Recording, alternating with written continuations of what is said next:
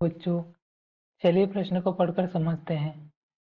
स्तंभ 1 को स्तंभ 2 से मेल करें और नीचे दिए गए कोड से सही विकल्प चुनें। हमें स्तंभ 1 में नाम दिए हैं: A. Gregor J Mendel, B. Sutton व Boveri, C. Hanking, D. Morgan. स्तंभ 2 में हमें जो नाम दिए हैं वह पहला है वंशागति का गुणसूत्री सिद्धांत, दूसरा वंशागति के नियम, तीसरा ड्रोसोफिला, चौथा एक्स काय की खोज। हमें 4 विकल्प दिए हैं जो कि कोड के रूप में दिए हैं। मुख्य अवधारणा, हम पहले प्रश्न की मुख्य अवधारणा देख लेते हैं।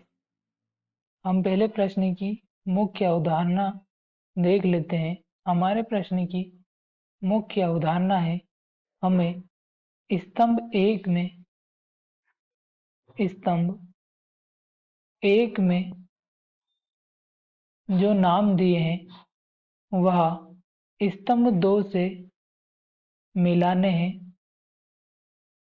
स्तंभ 2 से सही मिलाने हैं।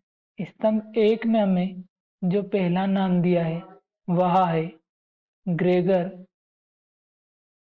Gregor J Mendel. Gregor J Mendel जो कि हमें ए नाम में दिया है। ग्रेगर जे मेंडल ने वंशागति के नियम दिए थे, तो स्तंभ 2 में हमें जो ग्रेगर जे मेंडल के सही मेल में आएगा वह ऑप्शन 2 होगा, वंशागति के नियम। वंशागति के नियम। स्तंभ 1 में हमें जो अगला नाम दिया है वह है बी के रूप में सटन व बोवेरी। सटन व बोवेरी।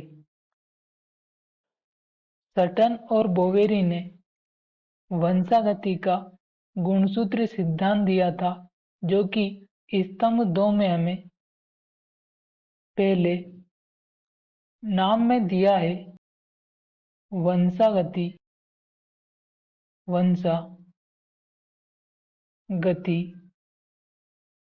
का गुणसूत्री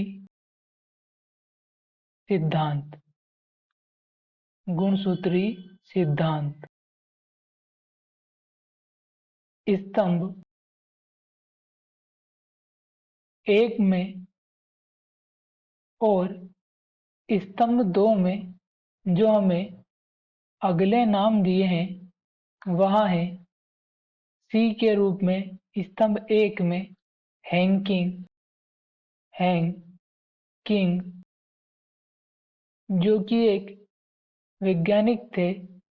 इन्होंने एक्स काय की खोज की थी, जो कि स्तंभ 2 में हमें चौथे विकल्प के रूप में दिए एक्स काय की खोज।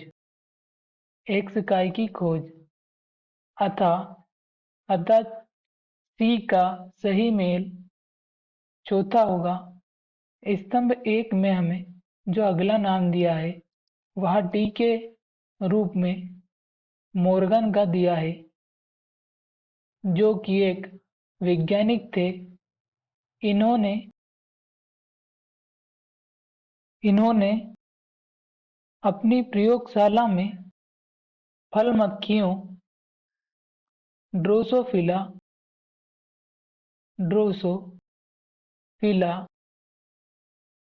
मेलेनोगेस्टर पर काम किया। ड्रोसोफिला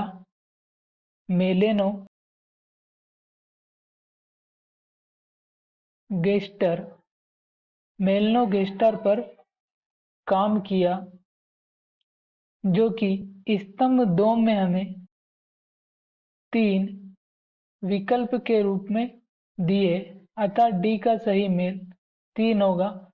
इस आधार पर हम विकल्प में देखते हैं तो ए का सही जोड़ जो होगा वह 2 होगा, अतः ए का दूसरा जो कि हमें विकल्प ए में दिया है और बी का जो मेल होगा वह स्तंभ 1 का पहला होगा, जो कि हमें विकल्प ए में ही दिया है, तथा सी का जो मेल होगा वह स्तंभ 2 का चौथा होगा, जो कि हमें विकल्प 1 में ही